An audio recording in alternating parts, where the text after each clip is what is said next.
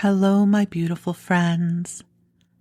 This is Laurel Bleadon-Maffei with Illuminating Souls, welcoming you to this episode of Sleepy Bedtime Blessings, a podcast designed to help you rest, relax, and fall asleep, and also designed to help you deepen in your connection with your angels and awaken to your divine gifts and abilities.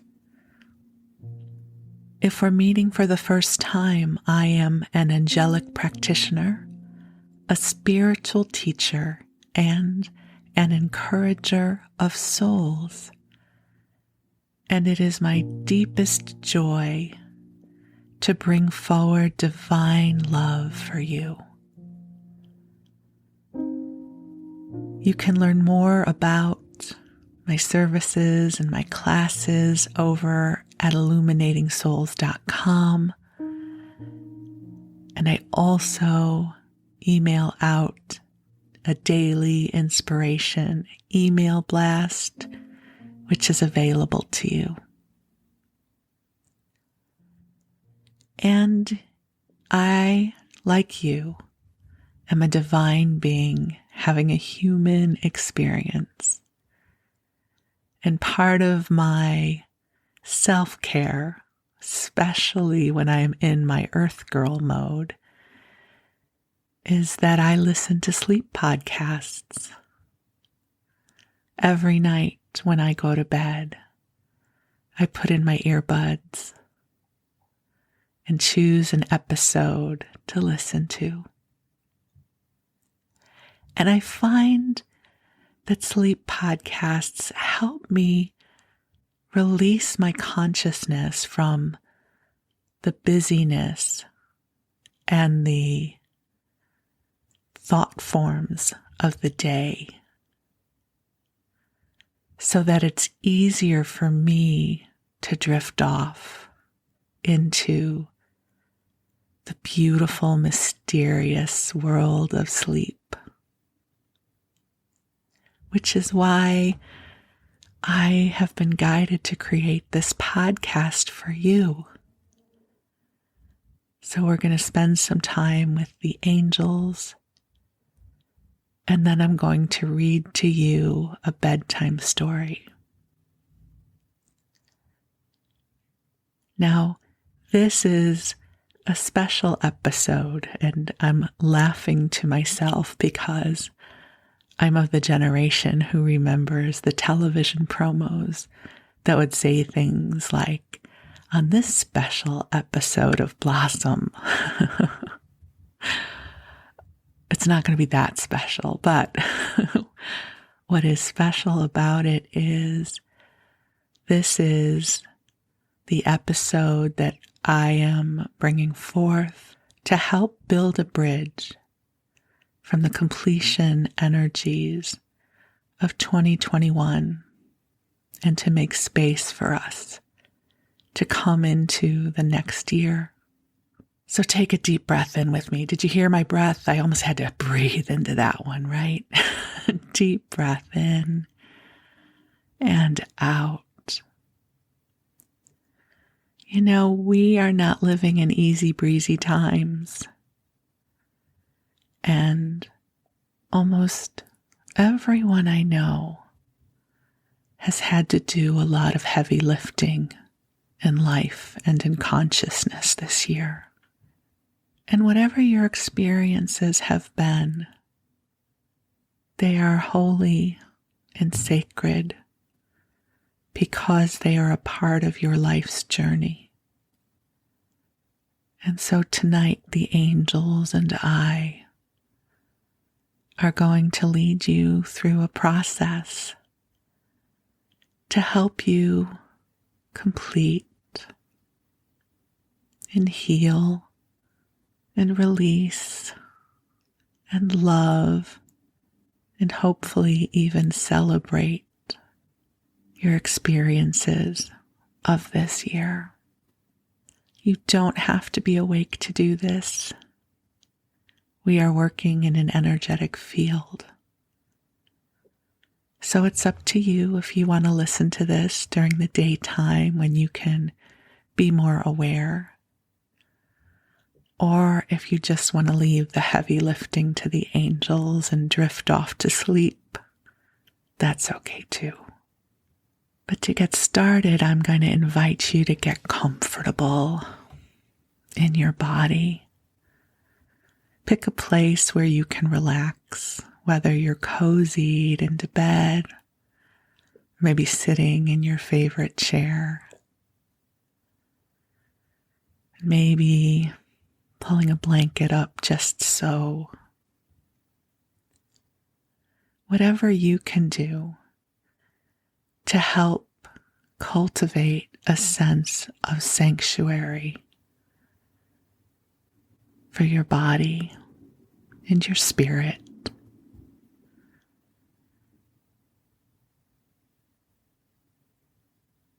And take another nice deep breath in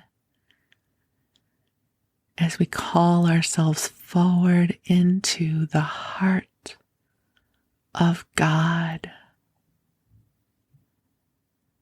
And beautiful angels on high, I ask that you join us here. I ask that you infuse this broadcast with the highest dimensions of love, light, compassion, and understanding. That you assist each one of us in coming present into the holiness of this moment. That you assist us in coming into sanctuary, where we are held in the preciousness of our being. So just imagine, dear ones, that your angels are with you now. And whether you believe in angels or simply want to contemplate them as fanciful figures in a fairy tale, just imagine that you are being surrounded by beautiful, bright beings of light who embody love for you.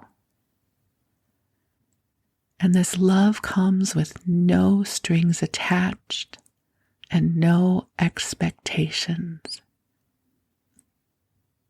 Just like the sun provides you warmth and light, so do the angels love you. And the angels are aware of everything that has been transpiring for you. They know the truth of your heart. They know the moments worthy of celebration. And they also know your sorrows, and all that you are is welcome here now. We acknowledge you for all you have been through and all you are going through now. And we send prayers of love and gratitude and healing across the timeline of your life, especially focusing upon this past year. You are doing so much better than you know.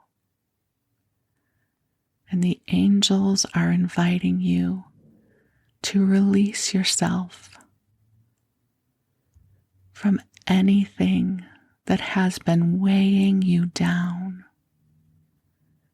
the judgments you are placing upon yourself. the angels ask you to release yourself from the old stories that no longer serve you, and in all likelihood were never your stories to begin with. And the angels invite you to begin crafting a brighter narrative that reveals the truth of who you are. That you, dearest one, are a divine being in human form. And you are one of those big, bright souls who has chosen to incarnate in this time and space to help evolve consciousness. And it's not important that you write a best-selling book or achieve accolades out in the public. You make a difference every single day by the way you hold love in your heart. You are someone who has a generous spirit. And you are someone who holds hope in your heart for brighter tomorrows, even when it does not feel like brighter tomorrows are coming. You are one who places prayers into the universe in hopes things will get better.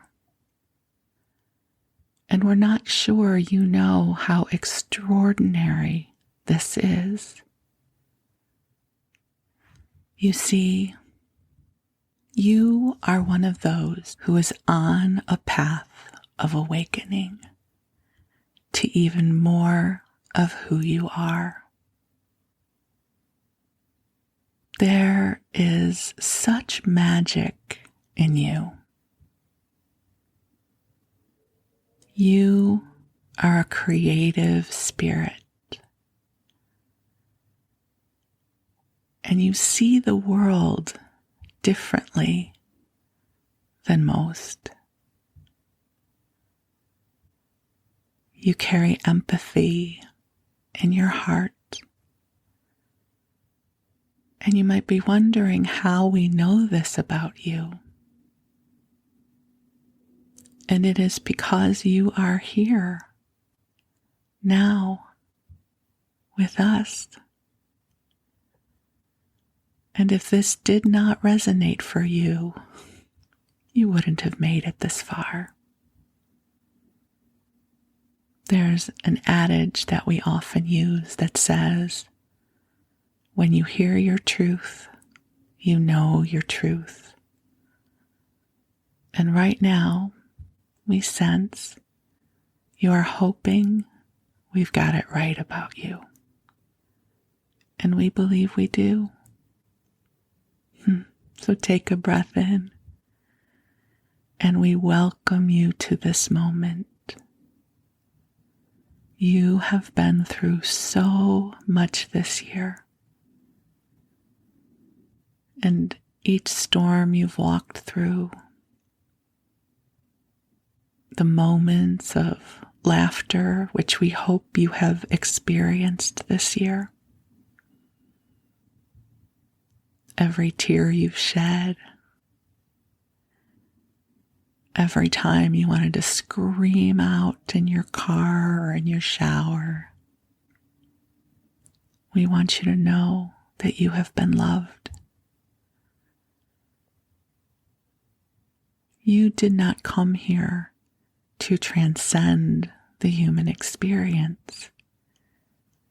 You came here to experience what it is to be awake in your humanness, because It is your humanness that helps to create the seeds of humanity.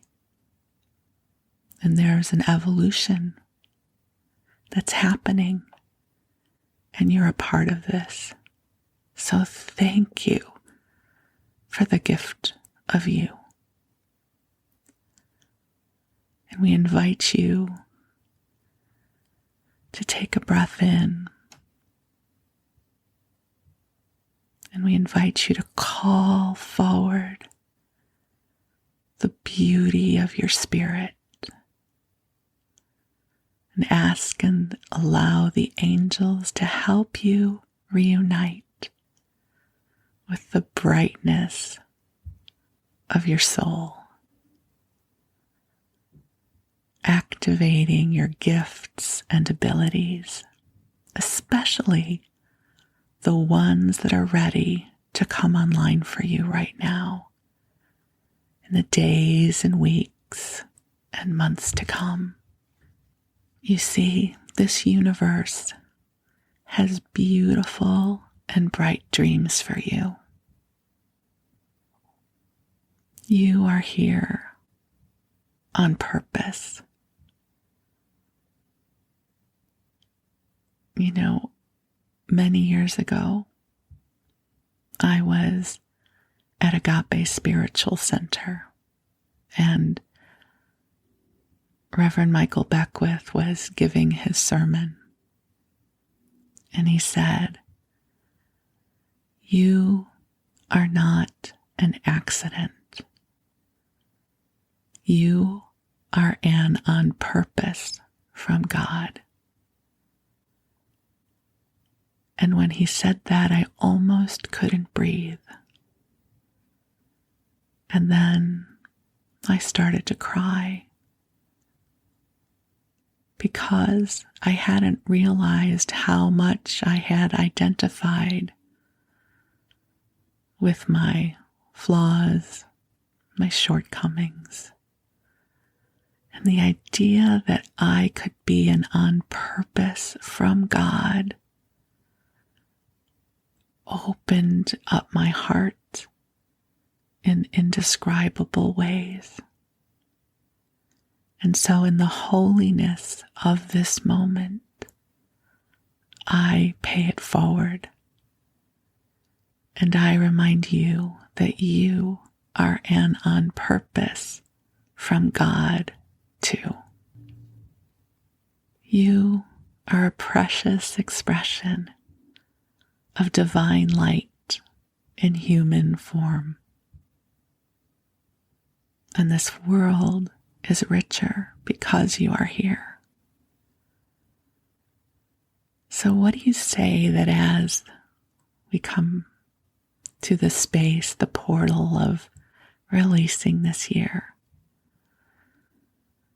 that we collectively release all of those unkind voices in our heads? You know the ones. The ones inherited, the ones that do not really help.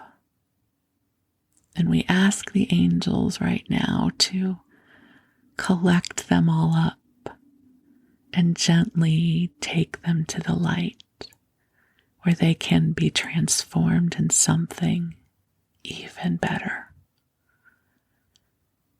So that the voices in consciousness now that you will hear will be kind voices, loving voices, the voices that inspire you and cheer you on and help you remember who you are and your place in the world. And with this, you cozy on in, and we say thank you for all the molecules of love you are seeding into the world. May your way be paved with grace. May blessings and miracles find you at every turn. And may sparks of inspiration flow to you, heart and soul.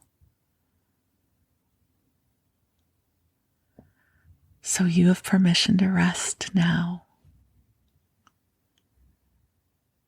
And we will celebrate the gift of you.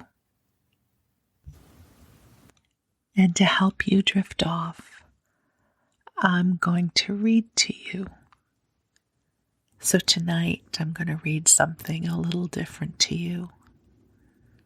Often I read fiction to you because who doesn't like a good book? But in this episode, I'm going to read to you from a magazine called The Nautilus that was published by Elizabeth Towne and her husband, William Towne. So, would it surprise you to know that the New Age, metaphysical, New Thought wisdom arena was in play in the late 1800s and early 1900s? There were so many wonderful books and magazines published at that time that reflect a lot of the spiritual principles that many of us who might be considered New Age are still learning about. So, The Nautilus was a monthly magazine that you could subscribe to for 50 cents. The issue I'm going to read from is from February 1905. And we're going to start with an article by William Towne called How the New Thought Can Help You. The question is often asked, what is meant by going into the silence? It doubtless means different things to different people. I shall only try to explain what it means to me. In the first place, it means perfect quiet of mind and body, perfect rest and relaxation. In this hurrying, bustling material age, the daily habit of going into the silence and listening to the voice of nature becomes a thing to be welcomed like a fruitful oasis in a great desert. This regular period of quiet becomes a time of recuperation for all the mental and physical powers. It builds up all that has been destroyed in the fierce battle of the material life, and in addition, this time of silence opens up new paths to the attainment of our desires.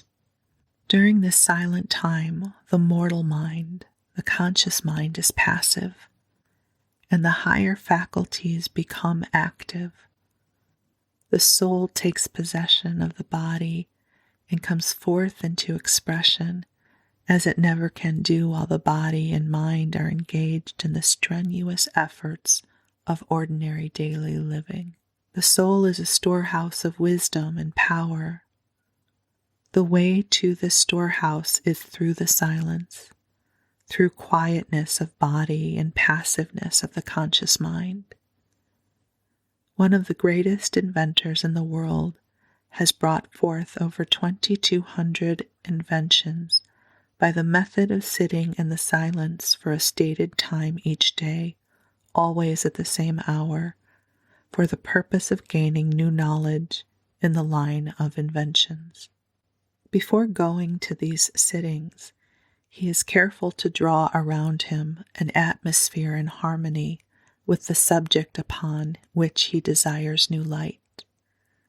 This he does by giving the matter earnest thought, reading books which treat along the lines upon which he seeks new light, and in short, gaining whatever information he can that touches upon the subject in any way. This habit of going into the silence daily brings about an atmosphere of peace which makes for the highest development and renews mind and body. Do not, however, cultivate and maintain too great a degree of passivity. Some people are so constituted that they become extremely negative if they do not take care when practicing this daily relaxation. The cultivation of passivity and going into the silence is for the purpose of gaining strength and wisdom. This strength and wisdom must then be put into practical, positive, everyday use on the objective plane, or its possession is of little value. The author of Light on the Path, that classic, tells us to seek the way by retreating within. Seek the way advancing boldly without. The one principle of life manifests as both positive and negative. He who would live in harmony with this principle must seek the poise where positive and negative meet. He should not allow himself to dwell too much in the objective positive life, nor yet wholly in the subjective passive. Let him seek rather to become like a sun, wherein the positive and negative are blended into a harmonious, radiant whole. When you are ready to go into the silence, take a few slow, deep, even breaths and thoroughly relax mind and body. Rest at perfect ease mentally and physically. After you have gained sufficient control of yourself to keep still for half an hour in this manner, and can at will make your mind a blank and let go of all active thoughts, then learn to let the mind rest in a passive way upon the thoughts which best express what you desire to realize. For instance, take the word strength if you desire to be strong, and let the mind rest upon that word. Previous to the sitting, draw about you a suitable atmosphere by reading articles upon the development of strength, or by thinking of yourself as being filled to overflowing with abundant strength. Get enthused with the idea, but do not strain the mind at all to retain these thoughts. You may secure better results in some cases by dismissing all effort to keep any particular word in your mind after you begin the sitting. Now consign the body to care of the soul with the thought that the soul will build strength for you. Then let the mind become wholly passive, or allow the thought to rest upon some particular word or words as described above. Experiment for yourself, and you will find what method is best adapted to your individual case. You will find wisdom, power, growth, and above all, peace in the silence. The peace you shall desire is that sacred peace which nothing can disturb, and in which the soul grows as does the holy flower upon the still lagoons. And then we move into Briefs by William E. Tower, which are small snippets. I do not believe it is possible for people to keep well and healthy for a lifetime unless they spend some time in the open air each day. It is contrary to nature to live inside a house 24 hours out of 24. The next snippet, T.J. Shelton has been telling us in Christian how he and Mrs. Shelton entertain themselves evenings. They read fiction mostly and discuss the probable endings of the novels. Mrs. Towne and myself are very much in the business vibrations at present. We get absorbingly interested in considering the relative merits of Shaw Walker and Macy Wernicke vertical files and card systems. We discuss everything in the line of office furniture, the best methods of systematizing our work, etc. We have just subscribed for System, the magazine that tells all about business methods, and this we peruse with the greatest care, including the advertisements, of which we have already answered about a dozen in the single number of the magazine received. We also read fiction to a considerable extent, particularly that published in Harper's Magazine, McClure's, and other standard magazines. Mrs. Towne likes to read books on psychology, like the works of Professor William James, and also books on sociology like Bernard Shaw's Man and Superman. I like some books upon occultism, but of late years I read less upon these subjects and seek more to find the truth of things on my own account. During the 4 years of our married life, we have made exactly one social call within the city limits, aside from occasional calls made upon our relatives. Each evening, we walk from 3 to 6 blocks for the open air and exercise, besides walking a half a mile to the post office once a day. Of course, we sandwich in many short trips out of the city, and in summer we wheel or go trolley riding almost every afternoon. We both believe in and practice physical culture exercises every day of our lives. The next snippet says, the vegetarian says that bananas are only fit to eat when they are fully ripe, when the skin is almost black or heavily spotted with black. The next snippet says, the newspapers report that Her Ladyship Adele Grant, Countess of Essex, a famous London beauty, has been cured of nervousness and regained her beauty through adopting a vegetarian diet and a regular system of physical exercise. The next snippet says, a life that is really worth anything, a life that is filled with joy, with helpfulness and cheer for others, can only be lived by one who holds lightly the sense life and the indulgences of the material world. Those who have been great shining lights of blessing to their fellows had their soul's desires rooted in that which is back of beyond the purely material. The next article we're going to read is Spirit, the Breath of Life by Elizabeth Towne. It starts with a quote. My healer in California teaches that I must depend alone upon spirit, that breathing exercises, food, sunshine, and air must not be made the dependence for health. He says, why, you can't help breathing.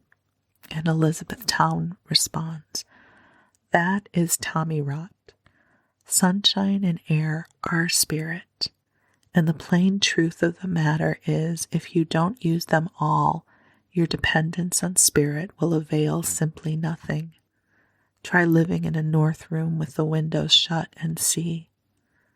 You can't help breathing, but your breathing avails nothing unless by it you take in good, fresh, live spirit in the way of pure air and sunshine. If we all lived under the sun and slept under the stars, that healer's advice might be good enough, but we don't. We live in tight, dark rooms whence the spirit of life has fled.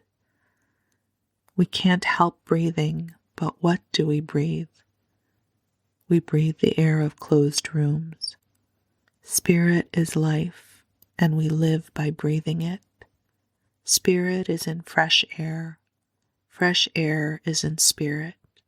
Fresh air and spirit are one. What good will it do you to say you depend upon spirit when you don't, when you shut yourself away from the spirit of life and breath? Pure air and sunshine contain spirit specially prepared for your use. What good will it do for you to pretend that you depend upon spirit when you shut yourself into rooms once the spirit has flown? If you live in closed rooms, you may affirm your dependence upon spirit until you are blue in the face, and you may be treated every hour of the day by this California healer and 10,000 more like him, and the result will be only sickness. I know in my heart and soul and mind that this is true, and I have seen the truth of it demonstrated by hundreds of cases of people who failed to get well on treatments of any sort, and who afterward did get well on sunshine, fresh air, and full breathing, along with mental treatment. The gospel of fresh air is more needed by human beings than even the gospel of new thought. If we understood and applied the gospel of fresh air, we would think right without trying. Come into the sunshine and breathe the breath of life which generates in you the new thought of life, love, wisdom, truth, health, happiness, success.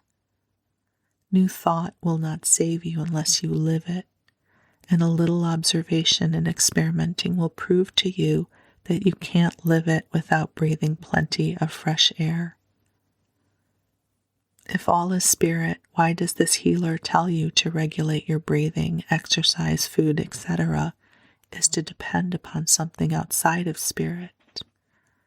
The fact of the matter is this: he fails to realize that all is spirit. It is spirit which makes us breathe. When we shut ourselves away from pure breath of life, we shut away the power that makes us breath. And when we are too interested in doing indoor work, the spirit finds it pretty hard work to make us breathe enough to keep us in good conditions for growing. Being too busy to spend hours every day outdoors, we do stunts in our night dresses to make us in-breathe more of the spirit of life.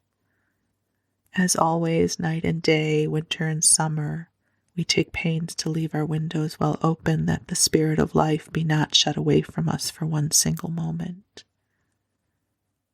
We used to remember the spirit only on the Sabbath day. Now we remember it every day and all night. We remember to breathe it and eat it as well as think it, and verily we are blessed. This next section talks about various books that are being published. We start with How to Discern the Voice of the Spirit. It is pure white and gold little booklet by Emma Gray, 2015 Kaloroma Avenue in Washington, D.C. No price given, but probably 10 cents. Antoinette by Alonzo Brown is a poem of 40 pages daintily bound in white and gold from the Westbrook Publishing Company, 6 North 13th Street, Philadelphia. No price given, probably 25 cents. Success Through Vibration by Mrs. L. Downe Balliet, 1001 Atlantic Avenue, Atlantic City, New Jersey, is an unusually interesting and suggestive new book dealing with numbers and their relation to the character and possible attainments of the individual. A book for entertainment as well as study, contains 57 pages, well bound in cloth. Price is $1. Parsifal, An Ethical and Spiritual Interpretation by Reverend R. Heber Newton, is a scholarly review of the true import of Wagner's great opera. There are 66 large pages well printed on antique paper and daintily bound in fawn, cloth, and gold. All New Thought musicians will appreciate this book, published by Upland Farms Alliance, Oscawana, New York, and sold for 75 cents. Kindly Light by John Milton Scott, co-editor of Mind, is a dear little 4-inch by 6 3/4 volume of 243 pages, bound in violet silk, cloth, and gold, published by Upland Farms Alliance, Oscawana-on-Hudson, New York, and sold for $1. The author calls it a little book of yearning, suitable for use in daily meditation upon the universal verities of life, a companion which will repay cultivation. Good Times with the Juniors is a pretty cloth-bound volume of 175 pages by Lillian M. Heath, designed for the use of junior Christian Endeavor and other societies, full of ideas for children's entertainments, pretty drills and plays. The last thing in the book, The Bell of Bonning Dingle, is a complete new little thought play in 2 acts, which would prove a great success anywhere, Price of the book not given, probably $1. To be had at bookstores or in the United Society of Christian Endeavor, Boston or New York. How to Heal Yourself is a really remarkable little 30-page paper-bound booklet by James R. Kern, a man who has been a shut-in and delivered himself by the methods laid down in this book. His idea of the relation of mind and soul and how to encourage the soul to do the healing is very interesting and so well presented that it takes hold of the reader's imagination and puts him on the track of doing with it yet greater things than James Kern himself has done. The booklet is published by William E. Towne, Holyoke, Mass., and sells for 25 cents.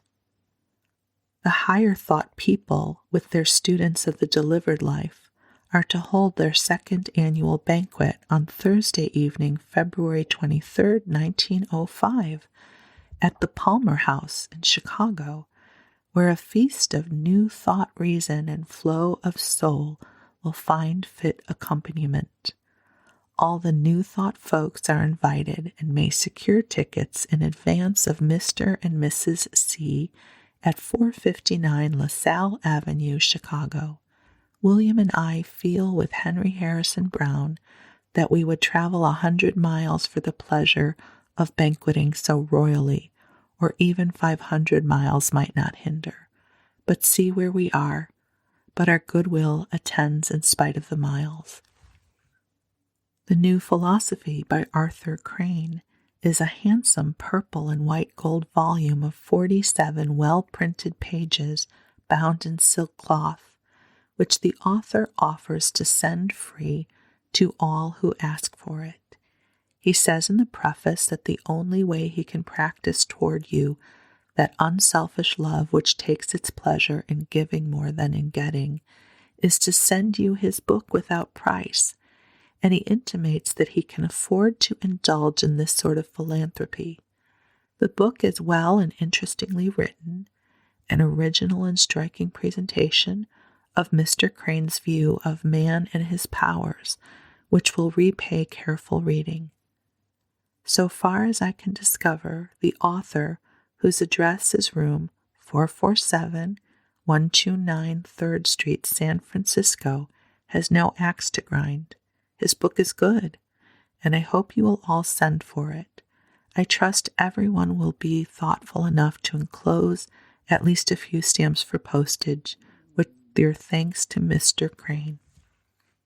Here are new magazines galore from all quarters of the globe, all hatching out with the new year of 1905. May they all grow fat and prosperous, and not one chick be missing when the trump sounds for 1906. The New Thought Sun is very attractive in sage green cover with a rising sun double triangle and this motto: I am a shining sun center. I radiate life, light, wisdom, purity, and power. Edited by W. Simon Charles and Lizzie Ducker Lynn. 1212 College Avenue, Spokane, Washington. A small 14-page magazine, 50 cents a year. The Magic Wand is a tiny 24-page magazine of fellowship and love, published by Brewer and Kruger, 425 South Grand Avenue, Los Angeles, California, and edited by C.L. Brewer. Cover in olive, green, and black with design by Dickie Rohrkrofter. Price of the MW is $1 per year, 10 cents a copy.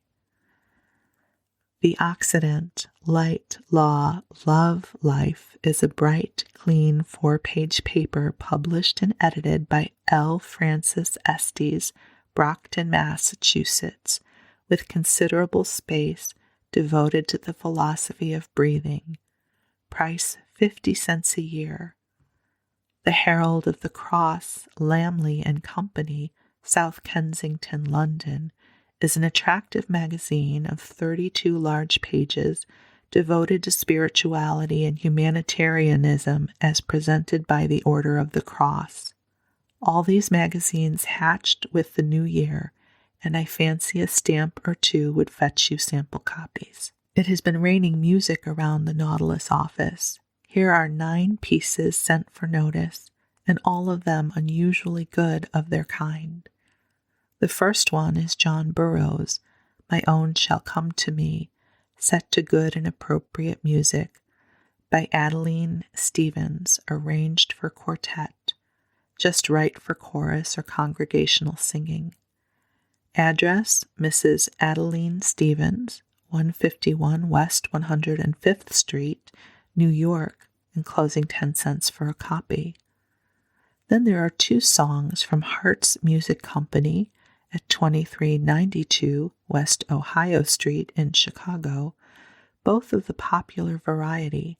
Dream On and Think of Me is a pretty duet for mezzo voices, words and music both by Maud Anita Hart, price 50 cents. 3 Little Chestnuts is a cute little encore by N. Clifford Page, price 40 cents, to be had of the Temple Music Company, Leonia, New Jersey. And here are 3 good songs by Alan Parkinson, many of whose fine poems have appeared in Christian. No question is ever settled until it is settled right. The verses of this song are by Ella Wheeler Wilcox. The music and the words of the chorus by Alan Parkinson, arranged by Gertrude M. Caldwell. And now we come to the part of the Nautilus where there are a lot of ads. Several of the ads are for Elizabeth Towne's books, and if you're still awake and any of them sound interesting to you, you likely can find them on Google Books. So one of the books says, How to Train Children and Parents. Unlike anything else written on the subject, thoroughly practical, based on personal experience.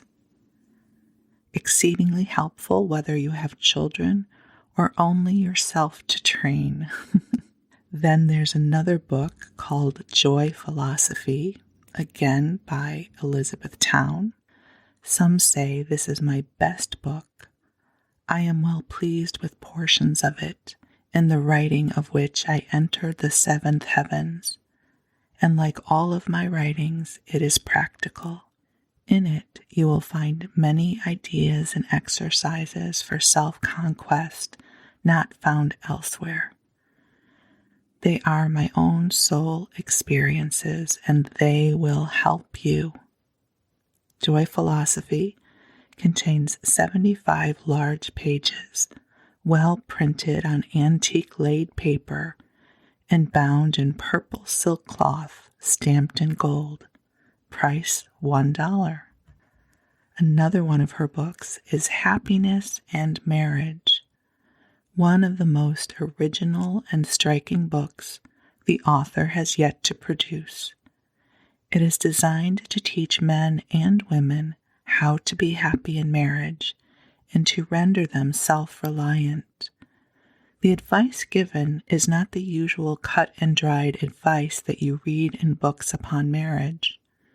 It deals with the everyday problems of married life and tells how to grease the wheels of the domestic machine so that it will run smoothly. And this is a partial synopsis that you might find interesting. To be happy though married, a tale of woe, why women are burden bearers. What men admire in a wife, judgment versus feelings, to be loved. The Pharisee up to date. By changing the quality of your magnetism, you change your environment. So near and yet so far. How to get free from burdens, Mary and Martha, and why Jesus preferred Mary. How to change your life so as to become more happy and useful. Marriage contracts, how to avoid strained relations. It takes 2 to destroy harmony, and either one can restore it. Some hints and a kick. Women set the pace at the house, and it goes on. Happiness in Marriage is well printed on heavy laid paper and contains a portrait of the author. Paper covers, 80 pages, price 50 cents.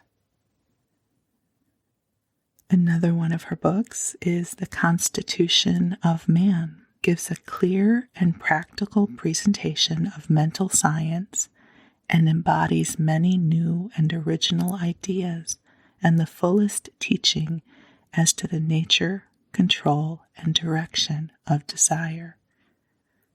Some of the subjects: the unity of life, in the stillness, what the silence is, how to get there and what to do with it, growth, the create and uncreate explained and defined, the nature of God and the uses of the uncreate, what man is and where and how he got there. This book contains 15 chapters full of power and inspiration, is beautifully printed on antique paper, daintily bound in green and gold, and contains a speaking likeness of the author. Price, 50 cents. This next one is interesting. It's 14 lessons in yogi philosophy and Oriental occultism. The thing to remember about 1905 was the concept of yoga or yogis was really new. It was not, now it's something that is considered mainstream, but back then it was very unique. And also the terms Oriental occultism, we don't use the word Oriental to describe practices anymore. There would be more of a deference to where the information came from. And we also, occultism has a different meaning these days. Perhaps a better way of saying this would be Eastern mysticism. And it's by Yogi Rama Sharaka, which is interesting because also he was not from the East. He was a New Thought teacher who took on this pen name of Yogi Rama Sharaka to teach these Eastern philosophies. So the ad says Yogi Rama Sharaka is the pen name of one of the best-known New Thought writers in America, a gentleman who has made a deep and searching study of Oriental occultism. Under his real name, this author's writings are known in nearly every part of the civilized world. These lessons give the very best, the most thorough, complete, and practical instructions I have ever seen upon Hindu occultism, thought power, personal magnetism, psychic healing, spiritual attainment, the human aura, the yogi's path of attainment, etc.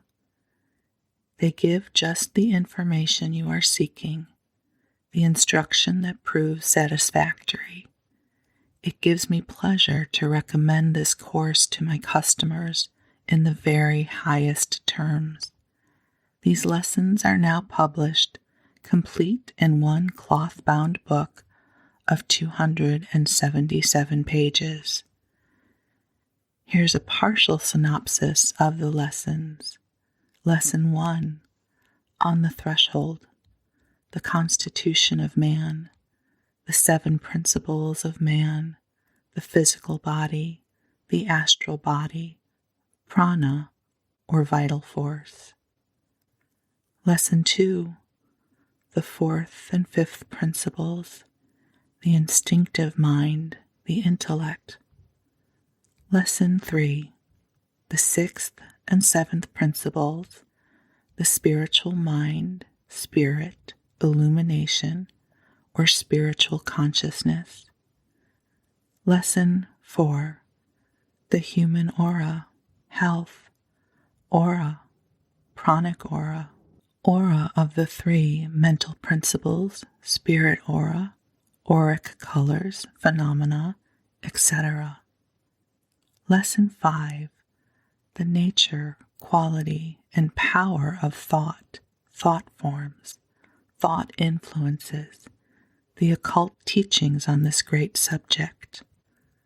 Lesson 6, clairvoyance, clairaudience, psychometry, telepathy, etc., how to develop psychic powers.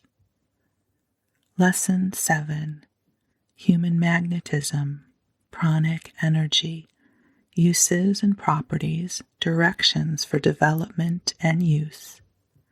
Lesson 8, occult therapeutics, spiritual healing, mental healing, pranic healing, theory and practice. Lesson 9, psychic influence, personal magnetism, mesmerism, etc., explained, with instructions regarding self-protection and warnings against misuse of the power. Lesson 10, the astral world, its phenomena, the astral body, astral helpers, etc. Lesson 11, beyond the border, the survival of the ego after passing out of the physical body, where it goes, and what it does after the change called death. Lesson 12, spiritual evolution, the growth of the soul, its travels, its purpose, its goal. Lesson 13, spiritual cause and effect, the yogi teachings regarding the puzzling questions of human life, conduct, the sowing and the reaping explained. Lesson 14, the yogi's path of attainment, the threefold path, methods, directions, plans, exercises, etc., advice and words of encouragement to the neophyte. Price of the book, 277 pages, cloth bound, containing all of the above 14 lessons, only $1. This is a bargain. And I just find all of this so interesting. We think of ourselves as on that leading edge of consciousness as we take on these spiritual beliefs and practices that we learn on our journey. And here they all were being introduced to the Western world back around this time. So I hope that this brings you some just lovely insight to the evolution of consciousness in the modern time. And I'm just so grateful to have this time with you. And I really hope by now you are asleep. And if you're not asleep, that you are feeling relaxed and feeling the waves of angel love that are surrounding you right now. So you have a good rest. I am so deeply grateful for you. I love you. I hope you can feel the love that I am broadcasting to you through this podcast.